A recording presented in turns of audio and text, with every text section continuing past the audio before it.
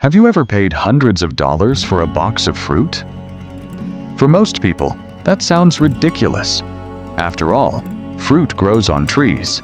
It's available in supermarkets everywhere. And in many countries, a single piece costs less than a cup of coffee. But in Japan, there is a fruit so special, so carefully cultivated, and so labor-intensive that a premium gift box can sell for hundreds of dollars. This fruit is called the Japanese persimmon. And what makes its story even more fascinating is that the most expensive version isn't the fresh fruit. It's the dried one, a traditional delicacy known as hoshigaki. Today, we're taking you inside one of Japan's most remarkable agricultural traditions to discover why this humble fruit commands such extraordinary prices. We'll uncover the months of work hidden behind every piece, the ancient techniques passed down through generations, and the incredible level of patience required to create what many consider one of the finest dried fruits in the world. And trust me, by the end of this video, you'll never look at dried fruit the same way again. Japan has long been famous for turning ordinary products into extraordinary experiences. Whether it's perfectly marbled Wagyu beef, premium melons sold as luxury gifts, or carefully crafted green tea, Japanese producers have built a reputation for pursuing perfection. The persimmon follows the same philosophy. But unlike many luxury foods that rely on modern technology, the secret behind hoshigaki comes from traditions that are centuries old. The story begins long before the fruit appears. In early spring, while many people are still enjoying the last days of winter, persimmon farmers are already hard at work. The orchards may look quiet, the trees may appear lifeless, but this is one of the most important times of the year. Farmers carefully inspect every tree. Weak branches are removed. Damaged limbs are cut away. Every decision matters. Why?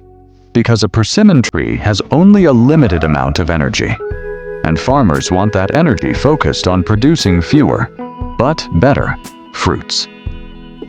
This philosophy might sound strange. In many industries, success means producing more products, more volume, more output. But premium Japanese agriculture often follows a different approach. Instead of maximizing quantity, farmers focus on maximizing quality. And that mindset influences every stage of production. Weeks pass, temperatures rise, the first signs of life begin to emerge. Tiny buds appear on the branches. Soon, delicate leaves unfold. Then something magical happens. Small flowers begin to bloom. At this point, the future of the harvest is still uncertain. A sudden storm, unexpected frost, disease, or poor pollination. Any of these factors could dramatically reduce production. That's why farmers monitor their orchards almost daily. Every tree represents months of work and years of investment. As spring turns into summer, the tiny flowers begin transforming into fruit. At first, the persimmons are small and green. Nothing about them suggests they will eventually become one of Japan's most celebrated delicacies. Yet beneath the surface, an incredible transformation is already underway. The fruit begins accumulating sugars. Its structure develops. Its flavor slowly evolves. Throughout this process, farmers face constant challenges: insects, birds, extreme weather, plant diseases. One major problem can affect an entire season's worth of effort. And because premium fruit demands near-perfect appearance, even minor damage can reduce its value. Imagine spending an entire year caring for a tree, only to watch a storm destroy the crop days before harvest. For many farmers, that risk is a reality. Agriculture has always been a profession built on patience and uncertainty. Perhaps that's one reason traditional farming commands such respect in Japan. It isn't just about growing food, it's about working alongside nature. not controlling it, not forcing it, but understanding it. By late summer, the transformation becomes impossible to ignore. The once green fruit begins changing color. Hints of orange appear, then more and more, until entire orchards seem to glow under the autumn sunlight. It's a breathtaking sight. Thousands of bright orange fruits hanging from branches like lanterns. For photographers, it's beautiful. For consumers, it's delicious. For farmers, it's the result of months of dedication. But despite reaching maturity, the fruit's journey is far from over. In fact, the most fascinating chapter is just beginning. Harvest season arrives. Unlike many crops that can be harvested mechanically, premium persimmons often require a gentler approach. Each fruit must be handled carefully. A single bruise can affect quality. A small scratch can lower value. This means workers spend countless hours selecting and picking fruit by hand. It's slow, it's meticulous, and it's necessary, because only the finest persimmons can become high-quality hoshigaki. Once harvested, the fruit is transported for processing.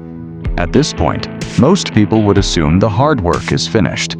After all, the fruit has already been grown. It's already ripe. It's already been picked. But the truth is that the most labor-intensive phase hasn't even started.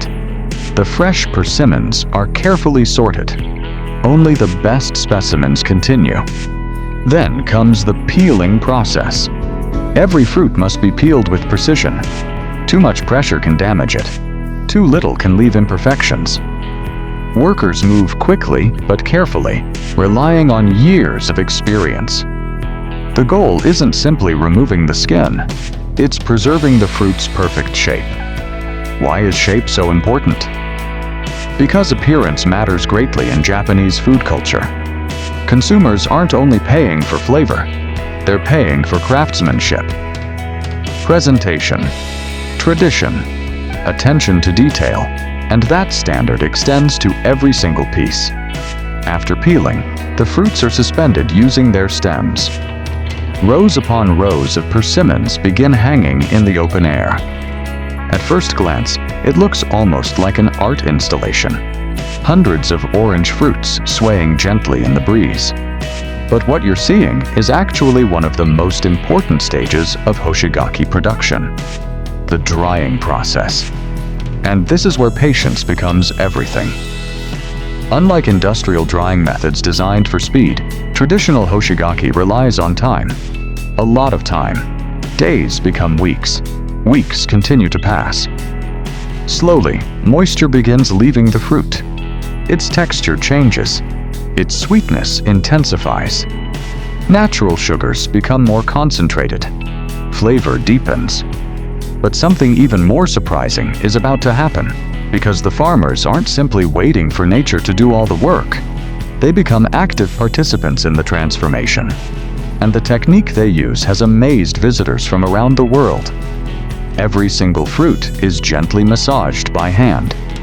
Not once, not twice, but repeatedly throughout the drying period.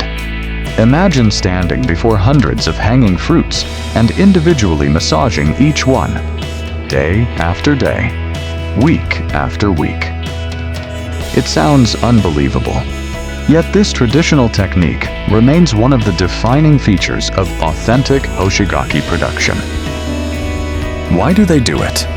What exactly happens inside the fruit during this process? And how does this unusual practice help create one of Japan's most expensive delicacies? We'll reveal that in the next part. Why would someone spend weeks massaging fruit? It sounds almost unbelievable. Yet this unusual practice is one of the secrets behind hoshigaki's legendary reputation. As the persimmons continue drying, their internal fibers begin changing. Without careful attention, the fruit can harden unevenly, creating an unpleasant texture. The gentle hand massaging process helps break down those fibers and distribute moisture more evenly throughout the fruit. The result is something extraordinary. Instead of becoming tough and leathery like many dried fruits, hoshigaki develops a texture that is soft, tender, and almost jelly-like on the inside. After weeks of drying and careful hand massaging, the hoshigaki is finally ready.